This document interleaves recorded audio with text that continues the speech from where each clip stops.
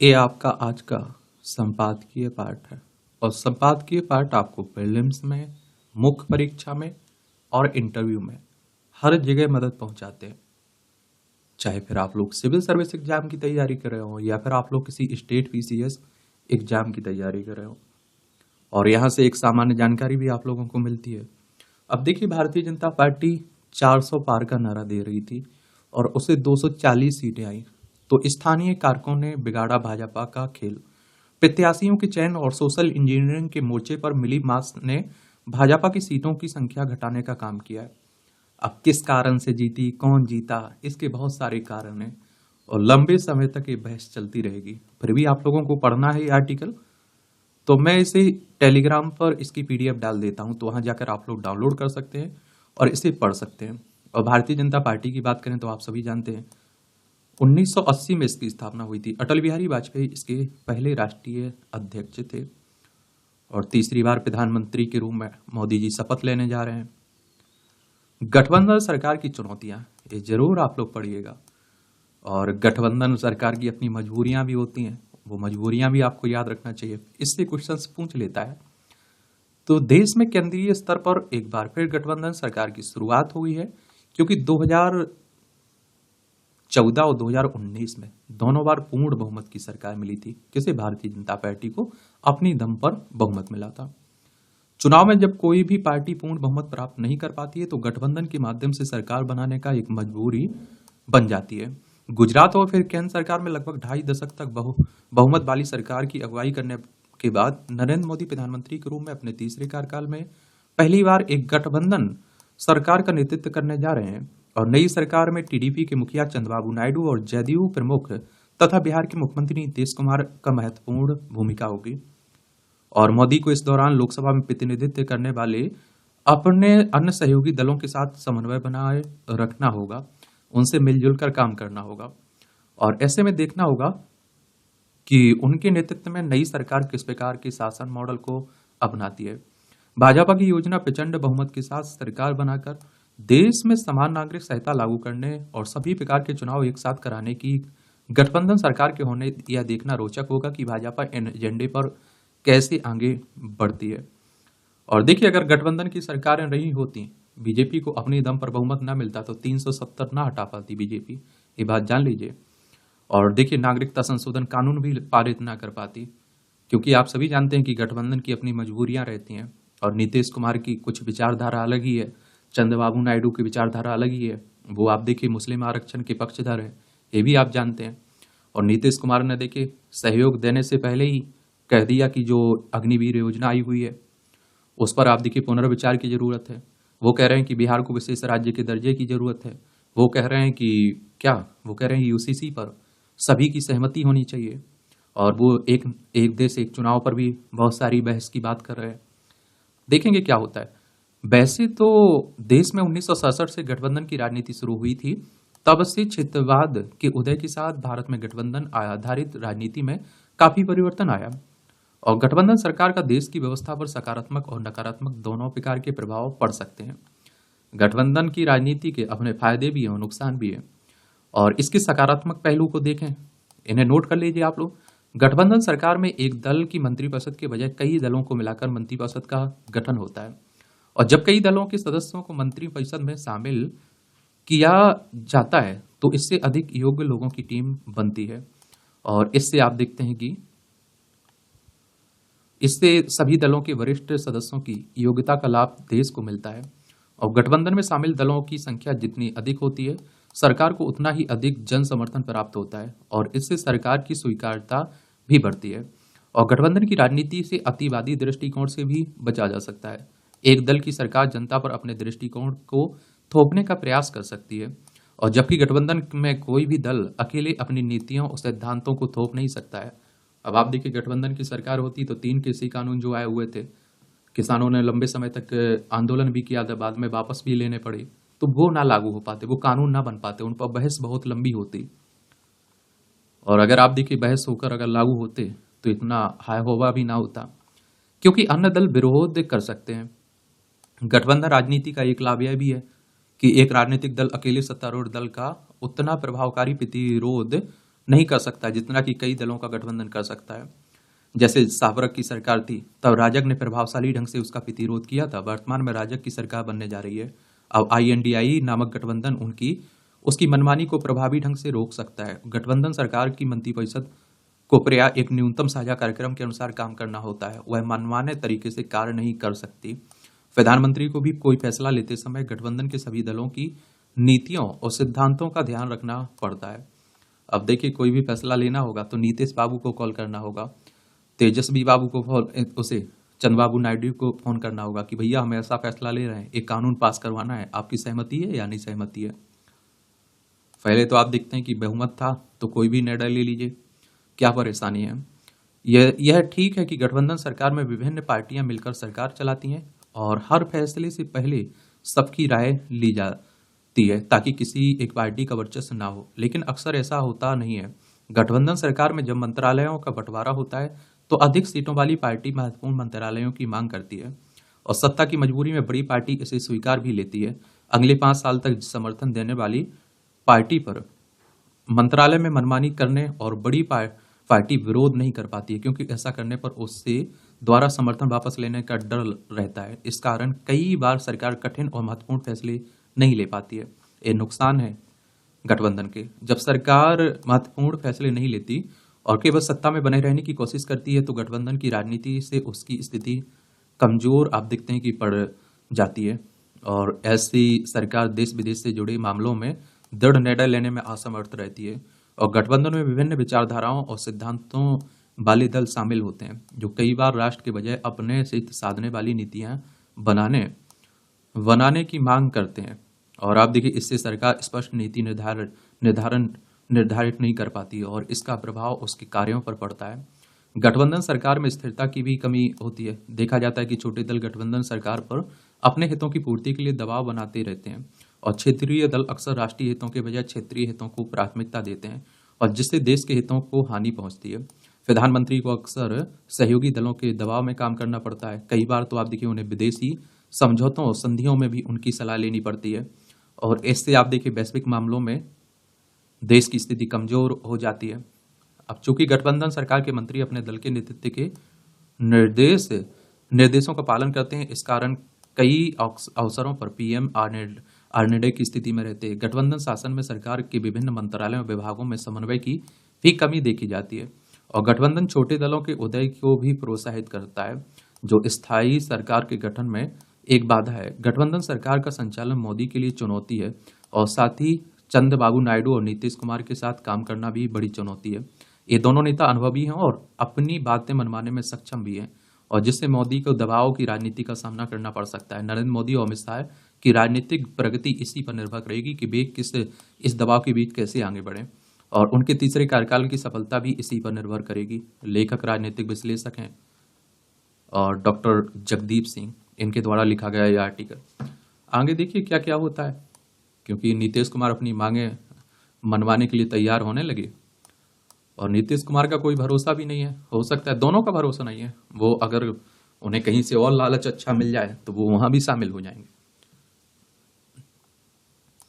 आत्मा का भोजन तो हमारे दार्शनिक ग्रंथों का चिंतन है कि जिस प्रकार इस पंच भौतिक शरीर को स्वस्थ रखने के लिए पौष्टिक भोजन की आवश्यकता होती है और उसी प्रकार इस शरीर के भीतर रहने वाले नित्य अनादि तत्व आत्मा का भी अपना भोजन होता है। हमारे वैदिक ग्रंथों में बताया गया है कि ध्यान में अवस्थित होकर ईश्वर की उपासना ही जीवात्मा का भोजन है और इसी भोजन से आत्मा में आत्मिक तथा आध्यात्मिक बल एवं शक्ति का संचार होता है और जिससे आप देखते हैं कि जिससे जीवात्मा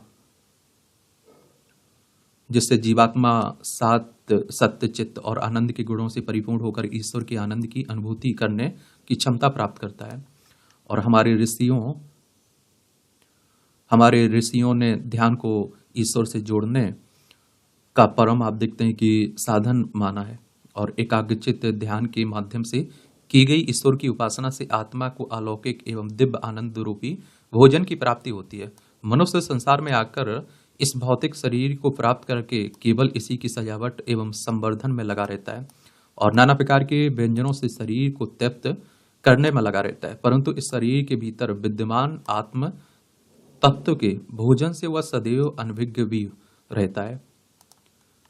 और आप देखेंगे कि उपासना रूपी आध्यात्मिक संपत्ति से ही आत्मा के भोजन का प्रबंधन होता है। तीनों लोगों की संपत्ति में भी आत्मा के भोजन का प्रबंधन करने की क्षमता नहीं है।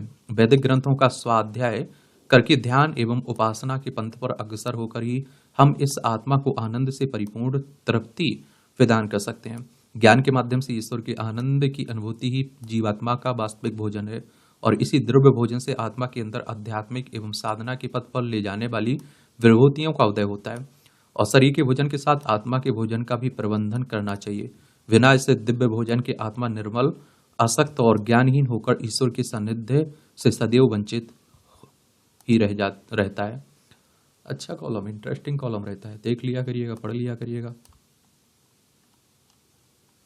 अब देखिए राजग सरकार, अब बहुत सारे आर्टिकल राजनीति पर, इस तरह की गठबंधन की राजनीति पर लिखे जाएंगे, तो आप लोगों को एक बार बस गठबंधन की राजनीति के बारे में एक सामान्य जानकारी रखनी है। इसके पॉजिटिव पॉइंट, फायदे क्या सकते हैं, नुकसान क्या हो सकते हैं।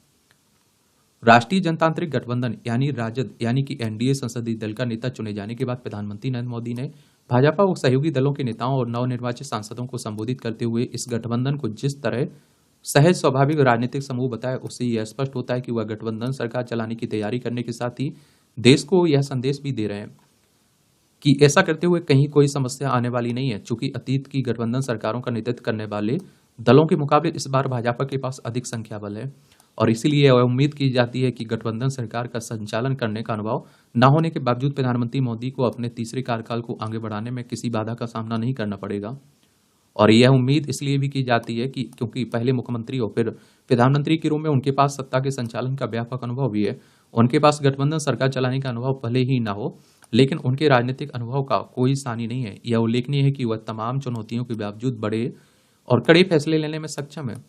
और अपने आप देखते हैं कि अपने पहले और दूसरे कार्यकाल में उन्होंने कई ऐसे बड़े फैसले लिए जिनमें राज्यसभा में गैर राजग दलों के सहयोग समर्थन की आवश्यकता थी, और वह अपने राजनीतिक कौशल से यह सहयोग हासिल करने में समर्थ भी रहे हैं। प्रधानमंत्री मोदी जिस तरह राजग के गठन में महत्वपूर्ण भूमिका निभाने वाले प्रकाश सिंह बादल, बाला साहब ठाकरे, जॉर्ज फर्नांडिस, शरद पवार का स्मरण किया, उससे यह भी संकेत मिलता है कि वह सुखबीर सिंह बादल और उद्धव ठाकरे को यह संदेश देना चाहते हैं कि वे भाजपा के स्वाभाविक सहयोगी हैं। कहना कठिन है कि ये नेता उनके संदेश को सुनने के लिए तैयार होते हैं या नहीं, लेकिन उन्होंने जिस तरह विपक्षी दलों को निशाने पर लिया, उससे यह भी पता चलता है कि वह उनके अनुचित दबाव का प्रतिकार करने को तैयार हैं। यह समय ही बताएगा कि विपक्षी दल रचनात्मक विपक्ष की भूमिका निभाते हैं या नहीं। लेकिन प्रधानमंत्री ने जिस प्रकार इन खबरों पर कटाक्ष किया कि सहयोगी दलों की ओर से अमुक मांगे की जा रही हैं, और उससे यही रेखांकित होता है कि वह इस विचलित धारणा को खारिज कर अपनी भावी सरकार की मजबूती बयान करना चाहते हैं। और ऐसी सरकारों को घटक दलों के दबाव की राजनीति का सामना करना पड़ता है। फिलहाल तो सहयोगी दलों के नेताओं और विशेष रूप से नीतीश कुमार, चंद्रबाबू नायडू ने प्रधानमंत्री मोदी की प्रशंसा करते हुए उन्हें भरपूर सहयोग देने का वादा किया है। लेकिन यह भी एक तथ्य है कि गठबंधन सरकार के कुछ नकारात्मक पक्ष होते हैं, और प्रधानमंत्री के संबोधन से यह स्पष्ट होता है कि उन्हें इसका अच्छी तरह से भान भी है। तनाव में काम नहीं होता है। बिहार में शिक्षा विभाग के अपर मुख्य सचिव के पाठक इन दिनों छुट्टी पर हैं, और उनकी अनुपस्थिति में से शिक्षा जगत की काफी राहत महसूस हो रही है, और कह सकते हैं कि शिक्षक, छात्र और अभिभावक तनाव मुक्त महसूस कर रहे हैं। और एक काफी चर्चा भी, इनके जो फैसले हैं उनकी आलोचना भी काफी हो रही है। प्रभार में चल रहे अपर मुख्य सचिव एस सिद्धार्थ ताबड़तोड़ पाठक के उन आदेशों का संशोधित प्रारूप जारी कर रहे हैं, और जिनके चलते शिक्षा के जगत में बेचैनी महसूस की जा रही थी।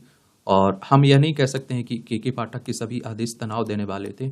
उनके कई आदेशों से पठन पाठन पर सकारात्मक प्रभाव भी पड़ा। काम के वरीयता क्रम में पठन पाठन को नीचे रखने वाले शिक्षकों में सुधार भी देखा गया है। लेकिन स्कूलों की समय सारणी को लेकर हमेशा विवाद ही होता रहा है। शिक्षकों, छात्रों और अभिभावकों का बड़ा वर्ग इनमें काम से अधिक परेशान करने के उद्देश्य को देख रहा है। और आप अपने अधीनस्थों से काम लीजिए, उनकी क्षमता से अधिक काम लीजिए। लगे हाथ यह भी देखिए कि कार्यस्थल पर काम करने के लायक उचित माहौल है या नहीं है। शिक्षण ऐसा कार्य है जिसमें एकाग्रता और मनोयोग की जरूरत होती है। शिक्षक और छात्र प्रतिदिन भारी मन से स्कूल या कॉलेज पहुंचे तो इसमें पठन पाठन क्या होगा, इसे भी समझा जाना चाहिए। हाँ, ड्यूटी पूरी होगी, और जिससे शिक्षकों और छात्रों का कुछ भी भला नहीं होगा। और देखना यह भी होगा कि छात्रों को गुणवत्तापूर्ण शिक्षा मिल रही है या नहीं। गुणवत्तापूर्ण शिक्षा की जरूरत इसलिए भी है क्योंकि सरकारी स्कूलों में आम लोगों के बच्चे पढ़ते हैं। इन बच्चों का एक समूह ऐसा भी है जिससे सरकारी स्तर पर शिक्षा ना मिले तो पढ़ ही नहीं पाएंगे। और इस तथ्य को ध्यान में रखकर ही शिक्षा विभाग को कोई निर्णय लेना चाहिए। और यह तथ्य भी ध्यान में रखा जाना चाहिए कि राज्य के बजट का करीब 20% हिस्सा शिक्षा पर ही खर्च होता है और यह राज्य के खजाने के अपव्यय से भी जुड़ा हुआ है। साइबर अपराध से बचाव के उपाय। और आजकल साइबर अटैक काफी हो रहे हैं, तो मैं तो कहता हूं कि इसके साइबर अपराध के बारे में और इसकी क्या समस्याएं हैं, क्या निदान हो सकते हैं, क्या उपाय हो सकते हैं, ये जरूर याद रखा करिएगा।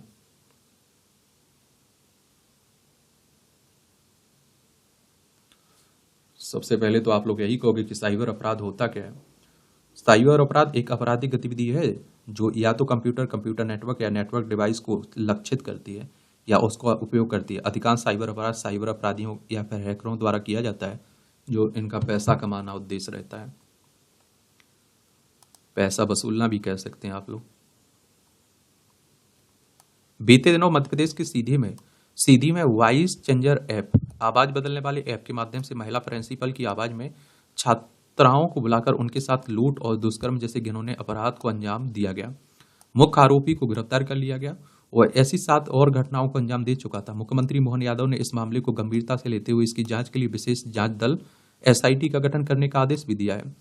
और इसके अलावा प्रदेश सरकार ने वॉइस चेंज ऐप पर प्रतिबंध लगाने के लिए केंद्रीय गृह मंत्रालय को पत्र भी भेजा और ताकि प्ले स्टोर से इस तरह के ऐप जल्द से जल्द हटा दिए जाए। और वर्तमान में जैसे जैसे तकनीकी आगे बढ़ रही है वैसे वैसे इसका दुरुपयोग भी बढ़ता जा रहा है। इन दिनों डीप फेक वीडियो के अलावा वॉइस चेंजर ऐप के भी कई मामले सामने आ चुके हैं और जिसकी शिकार कई बड़ी हस्तियां भी हुई हैं। आधुनिक तरीके के जरिए फर्जी वीडियो बनाना और आवाज को बदलना अपराधियों के लिए बहुत आसान हो गया है। वॉइस चेंजर ऐप का उपयोग कर बहुत ही आसानी से किसी अन्य व्यक्ति, महिला, बुजुर्ग या किसी बच्चे की आवाज में कॉल पर बात की जा सकती है और ये ऐप आपके जानने वालों की आवाज की हूबहू नकल कर सकते हैं।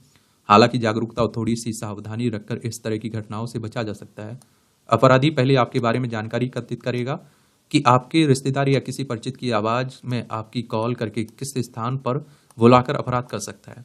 ऐसे में सतर्क हो जाएं। जब तक आप फोन पर कॉल करने वाले की पहचान के बारे में आश्वस्त ना हो जाएं, तब तक किसी भी को कोई भी व्यक्तिगत जानकारी न दें। और यदि आपको किसी भी तरह से कोई गतिविधि संदिग्ध लगती है तो बिना देर किसी तत्काल पुलिस को रिपोर्ट करें और ऐसा करके आप किसी बड़ी घटना का शिकार होने से बच सकते हैं। इस तरह की घटनाओं पर विराम लगाने के लिए केंद्र और प्रदेश सरकार के साथ समाज को भी आगे आना होगा और परिवार में लड़कों को भी अच्छे संस्कार देने की जरूरत है। उन्हें बताना होगा कि लड़कियों को धमकाना नहीं चाहिए, उन्हें परेशान नहीं करना चाहिए। ऐसा करने वाले लड़कों को कमजोर समझा जाता है।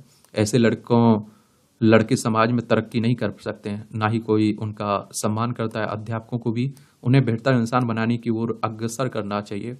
उन्हें लड़कों को बताना होगा कि हमारी संस्कृति में महिला का स्थान आदरणीय है। मैं तो आप लोगों से कहता हूँ ना, कई बार आपने सुना होगा, मैं कहता हूँ कि अंग्रेजी, हम लोग कहते हैं ना कि एक घंटा अंग्रेजी के लिए देना चाहिए।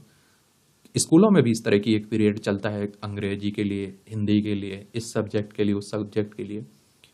तो आज के समय में 1 घंटा इंसानियत के, मानवता के लिए और अच्छे इंसान बनने के लिए और संस्कारों के लिए होना चाहिए। क्योंकि जिस तरह से संस्कारों का, इंसानियत का पतन हो रहा है, ये चिंताजनक है। आज अगर हमें समझ में नहीं आएगा तो एक दिन समझ में आ ही जाएगा अच्छे से। ये टिप्पणियां रहती हैं, इन्हें भी आपको पढ़ना हो तो पढ़ सकते हैं। ये उच्च शिक्षण संस्थानों की उन्नति का मार्ग, ये भी अच्छा लिखा जाता है एडिटोरियल। तो पिछले कुछ वर्षों में केंद्र सरकार ने शिक्षा की गुणवत्ता सुधारने के लिए कई कदम उठाए हैं और शिक्षा क्षेत्र में गुणवत्ता बदलाव पर ध्यान देने की वजह से भारत ने वर्ष 2015 के 11 विश्वविद्यालयों से बढ़कर वर्ष 2025 में 46 तक पहुंचकर विश्व स्तर पर उच्च शैक्षणिक संस्थानों की रैंकिंग में 318% की वृद्धि दर्ज की है, जो आप देखेंगे उत्साहजनक भी है।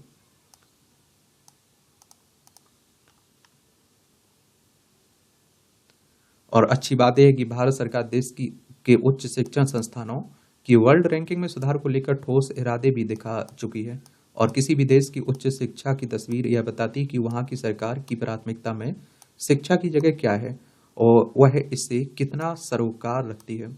पिछले कई वर्षों से लगातार जब भी दुनिया भर में बेहतर गुणवत्ता वाले विश्वविद्यालयों की सूची सामने आई है और उसमें भारत ने निरंतर सुधार किया है। प्रधानमंत्री नरेंद्र मोदी के नेतृत्व वाली राष्ट्रीय शिक्षा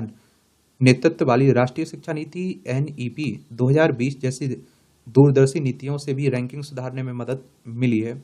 हालांकि QS वर्ल्ड रैंकिंग में टॉप 100 में कोई भारतीय संस्थान नहीं है और आने वाले वर्षों में यदि हम उच्च शिक्षा में सुधार की प्रक्रिया को और आगे बढ़ाते हैं तो निश्चित तौर पर हमारे उच्च शिक्षण संस्थान भी दुनिया के शीर्ष 100 में संस्थानों में अपनी जगह बना पाएंगे और अच्छी बात रहेगी।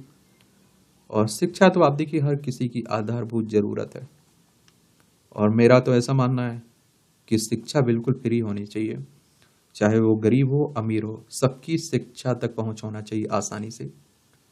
केंद्र सरकार के आंकड़ों के अनुसार वर्ष 2017 से 2022 के दौरान 30 लाख से अधिक भारतीय उच्च शिक्षा के लिए विदेश गए थे और अकेले वर्ष 2022 में ही 7.5 लाख भारतीयों ने विदेश से जाने का अपना उद्देश्य अध्ययन करना बताया था। भारत जैसे विशाल देश में यह संख्या भले ही ज्यादा नहीं लगती है, लेकिन एक बात साफ है कि विश्व स्तरीय रैंकिंग में भारतीय उच्च शिक्षा संस्थान का काफी नीचे के पायदान पर होना भी इसकी एक महत्वपूर्ण वजह है। और इसमें दो राय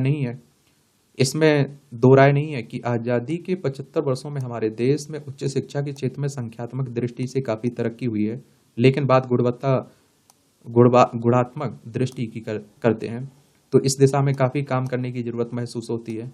देश के राज्यों को चाहिए कि विश्वविद्यालयों को प्रवेश, भर्ती और दी जाने वाली डिग्री से जुड़ी गैर जरूरी पाबंदियों से मुक्त करके उन्हें प्रतिस्पर्धा करने का अवसर देना चाहिए। आज दुनिया के विश्वविद्यालयों के सामने सबसे बड़ी चुनौती उनके प्रशासन से जुड़ी हुई है। भारतीय विश्वविद्यालय कोई अपवाद नहीं है। विश्वविद्यालय का प्रशासन संगठन की बहुमुखी प्रकृति, संकाय, कर्मचारियों, छात्रों, अभिभावकों, मान्यता प्राप्त निकायों, सरकारी विभागों, नियामक एजेंसियों, अंतर्राष्ट्रीय भागीदारों और दाताओं जैसे अनेक हितधारकों की अपेक्षाओं के कारण जटिल हो गया है। और इस संदर्भ में हमें विश्वविद्यालय की समाज में भूमिका को समझने की आवश्यकता है और फिर उसका प्रशासन इस तरीके से करना है कि वह अपने विभिन्न हितधारकों की अपेक्षाओं को पूरा कर सके। और भारत में प्राथमिक शिक्षा से लेकर उच्च शिक्षा तक चुनौतियां ही चुनौतियां हैं। यही कारण है कि भारत से प्रतिभाओं का पलायन लगातार हो रहा है और सबसे बड़ा सवाल शिक्षा की गुणवत्ता को लेकर बना हुआ है। आज हर अभिभावक अपने बच्चों को शिक्षा के लिए विदेश भेजने की इच्छुक दिखाई देते हैं और हमने कभी उन कारणों की तलाश ही नहीं की और जिनके चलते आप देखते हैं ऐसी स्थितियां पैदा हुई हैं। हमारे यहाँ केवल 20% आबादी ही यूनिवर्सिटी या फिर वोकेशनल कोर्स पूरा कर पाई है। हालांकि भारत सरकार ने शिक्षा के लिए अधिक बजट आवंटन करने की घोषणा भी की है। शिक्षा के क्षेत्र में निजी क्षेत्र की महत्वपूर्ण भूमिका है, लेकिन निजी क्षेत्र वही निवेश करता है जहां उसे फायदा नजर आता है और महंगी भी है। शिक्षा को रोचक बनाना भी जरूरी है ताकि कुछ बच्चों को स्कूल कॉलेज बोरिंग ना लगे। 11वीं और 12वीं की कक्षा तक आते आते कई बच्चों को स्कूल कॉलेज बोरिंग लगने लगता है और इस कारण भी स्कूल कॉलेज देरी से जाना चाहते हैं, क्लास बंक कर देते हैं। पढ़ाई से लगाव ना होने की वजह से भी अक्सर छात्र स्कूल कॉलेज छोड़ देते हैं। किसी भी वजह से छात्रों का पढ़ाई छोड़ने का मन करना अभिभावक के लिए एक बड़ी परेशानी है, लेकिन यह शिक्षा की एक बड़ी कमी की ओर भी इशारा करता है। और इसके अलावा विशेषज्ञों की माने तो उच्च शिक्षा के GER के कम होने के पीछे एक और बड़ा कारण स्थानीय स्तर पर उच्च शिक्षा संस्थानों की कमी या फिर उनके कोर्सों की डिजाइन भी है, क्योंकि इन कोर्सों को करने के बाद भी उन्हें नौकरी के लिए भटकना पड़ता है। ऐसे में वह 10वीं या फिर 12वीं के बाद ही पढ़ाई छोड़कर काम धंधे की तलाश में जुट जाते हैं। अब देखिए शिक्षा के क्षेत्र में जो कमियां हैं, चाहे आप देखते हैं कि उच्च शिक्षा के क्षेत्र में हो, तो उन्हें ध्यान में रखते हुए उन्हें सुधार करना चाहिए उनमें और आगे बढ़ना चाहिए। देखना चाहिए कि आखिर बच्चे क्यों स्कूल छोड़ देते हैं, वो कौन कौन से कारण हैं, उनका समाधान करिए। आगे की राय तो सवाल उठता है कि हमारे संस्थानों को उत्कृष्ट कैसे बनाया जाए। इसके लिए 2 प्रकार के मॉडल हैं। एक तो अमेरिका का मॉडल, जहां अधिकतर निजी विश्वविद्यालयों ने सफलता प्राप्त की। इसके पीछे वहां के धनी व्यापारियों का हाथ है, जो इन संस्थानों को दान देते हैं। वहां के निजी विश्वविद्यालयों को स्वायत्तता दी जाती है और इसके एवज में उन्हें पूरी तरह जवाबदेह भी होना पड़ता है। और वे अपनी उत्कृष्टता स्थापित करने के लिए एक तरह से निष्ठुर होकर काम करते हैं। भारतीय संस्थानों के लिए ऐसा करना संभव नहीं हो पाता है। दूसरा मॉडल सिंगापुर हांगकांग का है, जहां संस्थानों को उत्कृष्ट बनाने के लिए सरकार ही मुफ्त हाथ से अनुदान देती है और इन विश्वविद्यालय के डीन को विश्व भर से शिक्षक चुनने का अधिकार दिया जाता है और इनका वेतन भी विश्व स्तरीय होता है, लेकिन इनकी भी जवाबदेही तय कर दी जाती है। और विश्वविद्यालय का आकलन, तो एक विश्वविद्यालय को उनके सामाजिक परिप्रेक्ष्य में आंका जाना चाहिए और बदलते सामाजिक परिप्रेक्ष्य और आवश्यकता के ढांचे के भीतर एक विश्वविद्यालय के विचार को समय समय पर परिभाषित किया जाना चाहिए।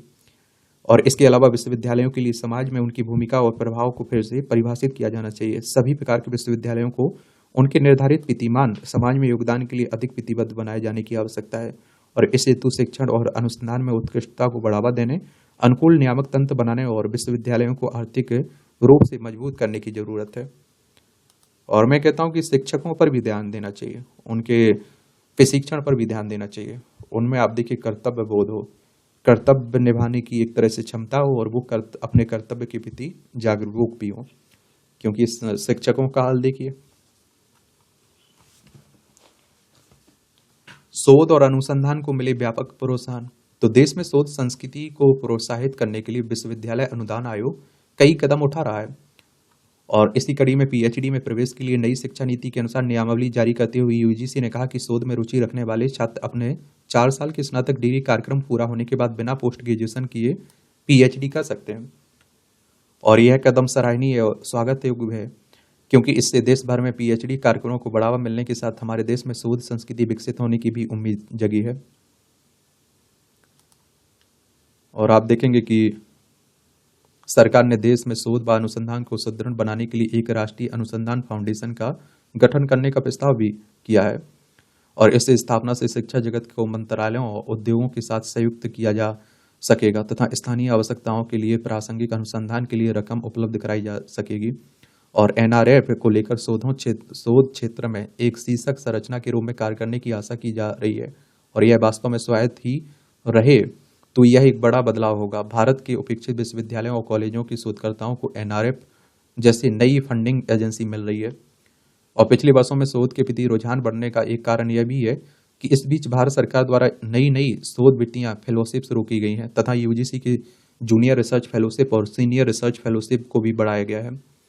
भारत सरकार ने विज्ञान, प्रौद्योगिकी, इंजीनियरिंग, गणित और चिकित्सा तथा भारतीय शैक्षणिक एवं अनुसंधान संस्थानों में भारतीय डायस्पोरा के बीच सहयोग की सुविधा हेतु वैश्विक भारतीय वैज्ञानिक वैभव नामक एक नया फेलोशिप कार्यक्रम शुरू किया है। और शोध को बढ़ावा देने का एक बेहतर तरीका यह भी हो सकता है कि उद्योग जगत और देश के विश्वविद्यालयों के बीच साझा गठजोड़ बने ताकि प्रयोगशाला में हुए शोध को बाजार तक पहुंचाया जा सके और हमारे देश में आविष्कार और शोध की संस्कृति को भी बढ़ावा मिल सकता है, बशर्ते हम ऐसे कार्यों के लिए सकारात्मक परिवेश बनाएं।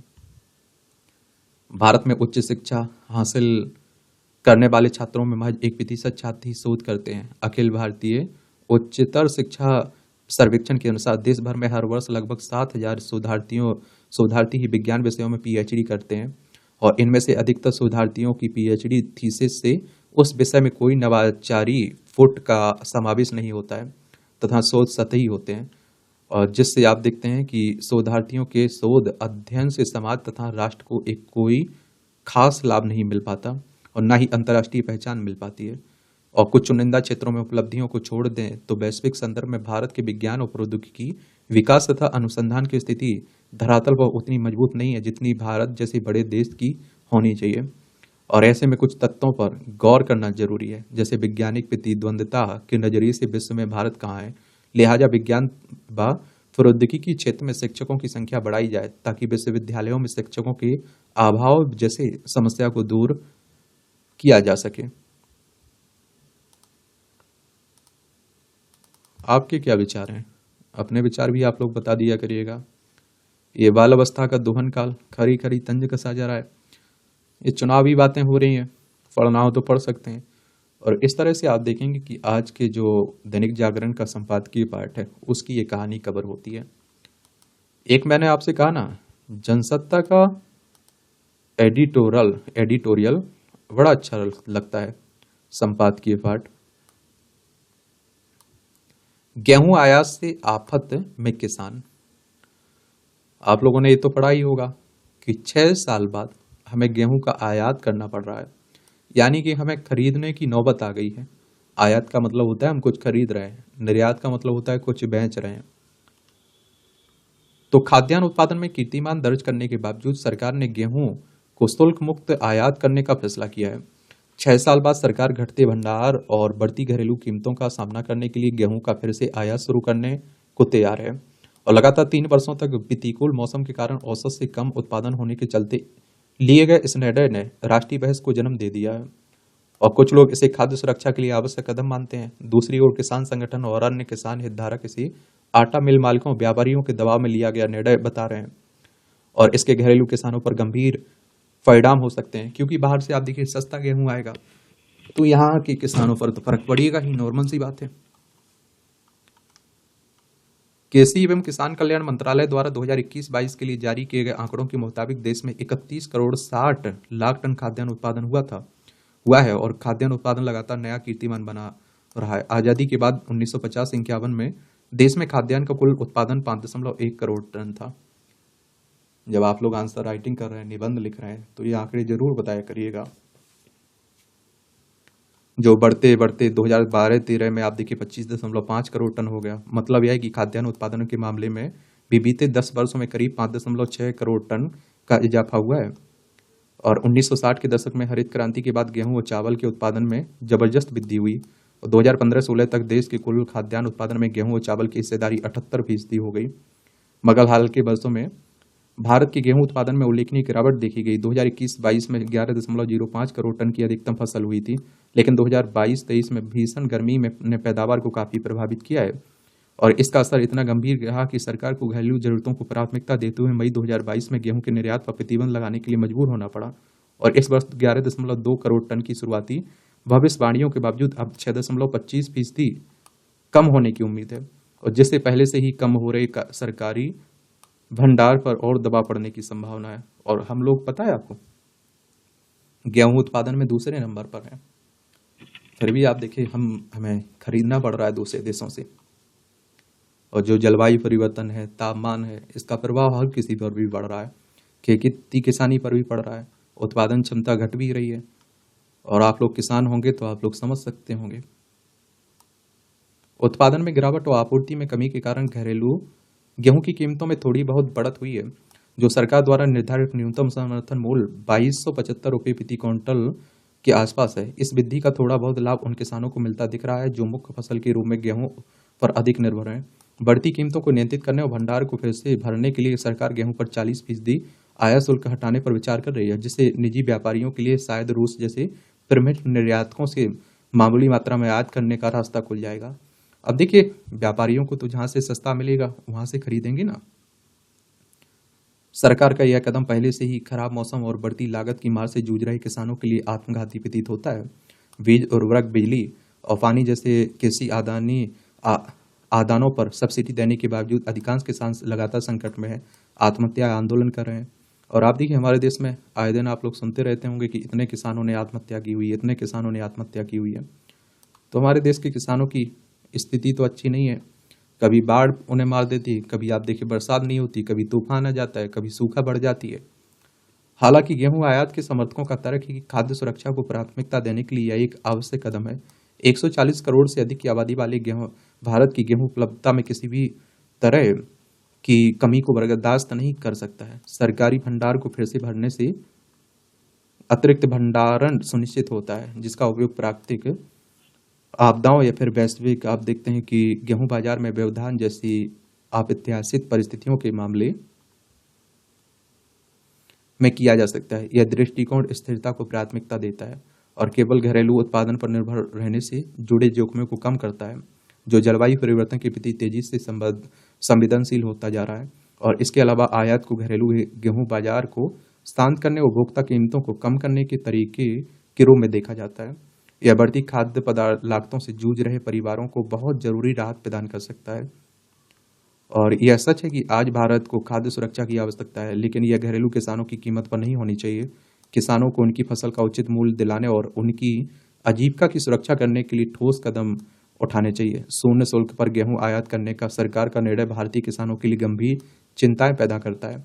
प्राथमिक चिंता भारतीय किसानों को पर संभावित नकारात्मक प्रभाव को लेकर है। सस्ते आयात से घरेलू गेहूं की कीमतों में गिरावट आ सकती है, जिससे किसानों को अपनी फसल का उचित मूल्य नहीं मिल पाएगा और इससे उनकी आजीविका और ऋण चुकाने की क्षमता पर नकारात्मक प्रभाव पड़ेगा। समय के साथ अप्रत्याशित मौसम पैटर्न, फसल की कीमतों में उतार चढ़ाव और अपर्याप्त संस्थागत समर्थन के कारण कर्ज का चक्र और गहरा हो गया और इससे किसान भविष्य में गेहूं की खेती करने से हतोत्साहित हो सकते हैं और जिससे आयात पर दीर्घकालिक निर्भरता बढ़ेगी और गेहूं उत्पादन में भारत की आत्मनिर्भरता कमजोर हो सकती है और आयात पर निर्भरता बढ़ने से बाजार में अस्थिरता बढ़ सकती है और जिससे किसानों को भविष्य की योजना बनाने में मुश्किल हो जाएगा और सरकार द्वारा गेहूं की खरीद में कमी हो सकती है, जिससे किसानों को अपनी फसल बेचने में मुश्किल होगी। और वर्तमान स्थिति में आयात पर निर्भर रहने के बजाय अधिक सूक्ष्म दृष्टिकोण की आवश्यकता है। सरकार को खाद्य सुरक्षा के लिए दीर्घकालिक टिकाऊ रणनीति बनाने की आवश्यकता है। इससे एमएसपी खरीद को मजबूत करना, वैध बनाना सबसे महत्वपूर्ण है और एमएसपी को वैध बनाना किसानों को एक सुरक्षित जाल प्रदान करता है, जिससे उन्हें बाजार में उतार चढ़ाव के बावजूद उनकी फसलों के लिए न्यूनतम मूल्य का आश्वासन मिलता है। यह आश्वासन उन्हें बिचौलियों द्वारा संकटपूर्ण बिक्री और शोषण से बचाता है और जिससे उन्हें वित्तीय बर्बादी के लगातार डर के बिना अपनी किसी पद्धतियों के बारे में निर्णय लेने में सशक्त बनाया जा सकता है। और देखिए, किसान इसकी मांग भी करते हैं कि हमारा कानून तो बनना चाहिए एमएसपी पर कि कम से कम इतने में आपकी फसल बिकेगी और इससे कम में कोई खरीदता है तो उस पर कानूनी कार्रवाई होगी। इसके अलावा भारत की गेहूं और चावल जैसी कुछ मुख्य फसलों पर भारी निर्भरता इसे बाहरी झटकों के प्रति संवेदनशील बनाती है और किसानों को दालों, बाजरा और अन्य सूखा प्रतिरोधी फसलों के विकल्पों में विविधता लाने के लिए प्रोत्साहित करने से समग्र खाद्य सुरक्षा और पोषण विविधता को बढ़ाया जा सकता है और इससे लक्षित सब्सिडी, वैकल्पिक फसलों पर जानकारी और प्रशिक्षण प्रदान करने वाले विस्तार सेवाओं और इन फसलों के लिए मजबूत बाजार स्थापित करने के माध्यम से हासिल किया जा सकता है। और अपर्याप्त भंडार सुविधाओं और अकुशल परिवहन प्रणाली का कारण फसल कटाई के बाद होने वाले नुकसान भारत में खाद्य असुरक्षा के प्रमुख कारण हैं। कोल्ड स्टोरेज सुविधाओं, बेहतर परिवहन नेटवर्क, मौसम पूर्वानुमान प्रणालियों में निवेश करने से खाद्य सुरक्षा में उल्लेखनीय वृद्धि हो सकती है। गेहूं की आयात से जुड़ी जटिलताओं पर गहराई से विचार करते हुए एक स्थायी खाद्य सुरक्षा रणनीति के लिए वैकल्पिक समाधान की खोज करने की आवश्यकता है। और आप लोगों ने सुना होगा कि इतना सड़ गया गेहूं, इतना खराब हो गया, ऐसा हो गया, वैसा हो गया। जो खराब हो रहा है उस पर की ओर ध्यान देना होगा, उसे सहेजना होगा और भारतीय किसानों का भी ध्यान रखना होगा। तो इस तरह से आप देखेंगे कि ये है आज के संपादकीय पाठ की कहानी। आप लोग पढ़ते रहिए, एंजॉय करते रहिए। आपका कोई भी सवाल हो, मेरे लिए सुझाव हो तो जरूर आप लोग बताइए। मेरी तरफ से शुभकामनाएं हैं। ईमानदारी से मेहनत करिए, आप लोग ईमानदारी से तैयारी करिए। धन्यवाद।